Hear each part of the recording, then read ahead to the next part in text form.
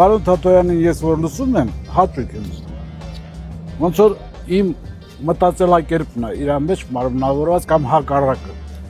Ես բոլոր դեպքերում իրան եմ ձայն տանում։ Եվ մակարդակն է բարձր խոսելած ձևը, եւ պաֆոսն է, եւ արտաքինն է, դա էլ նշանակություն ունի։ Հարկ ասում, որ մեր հայ ազգի մեջ դեռ կան այսպիսի մարդիկ, որ մտածում են ազգի պետության համար։ Կարևորն է, որ ինքը ինչ որ խոստում տալիս է ժողովրդին, ինքը իր խոստումի տեր մարդ է։ Տեղյակ եմ նրա ազնվությանը, գիտեմ թե ինչ կրթություն ունի եւ դա շատ կարեւոր է մեր երկրի համար, քանի որ մեր երկրի կառավարողները լինեն կրթված, միանշանակ ճիշտ ընտրությունը կլինի ձայնը տալ պարոն Թաթոյանին։ Մենք ունենք իրականություն, երբ մեզ ներկայացնում են թե պարտավորականությունը դա նորմալ է, զիջումը դա խաղաղություն է եւ հարևան պետության կողմից մեզ ներկայացվող տնային առաջադրանքները եւ մեր լռությունը դրանք կայունություն են։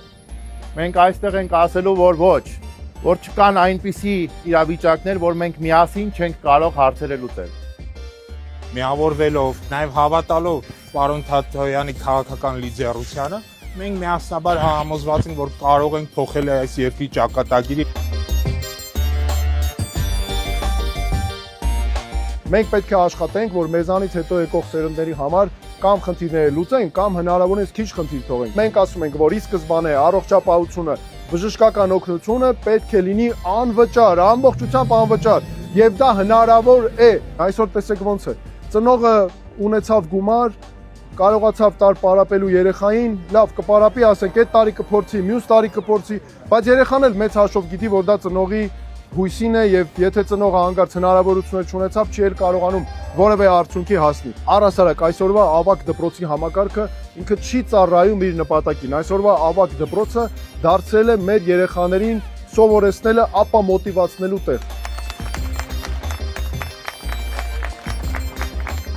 Եթե մենք բոլորս միասին ունենանք պատասխանատվություն, հավատք, հաստատակամություն, ապա անպայման կհասնենք այն արդյունքին, որի համար բոլորս այստեղ հավաքված ենք։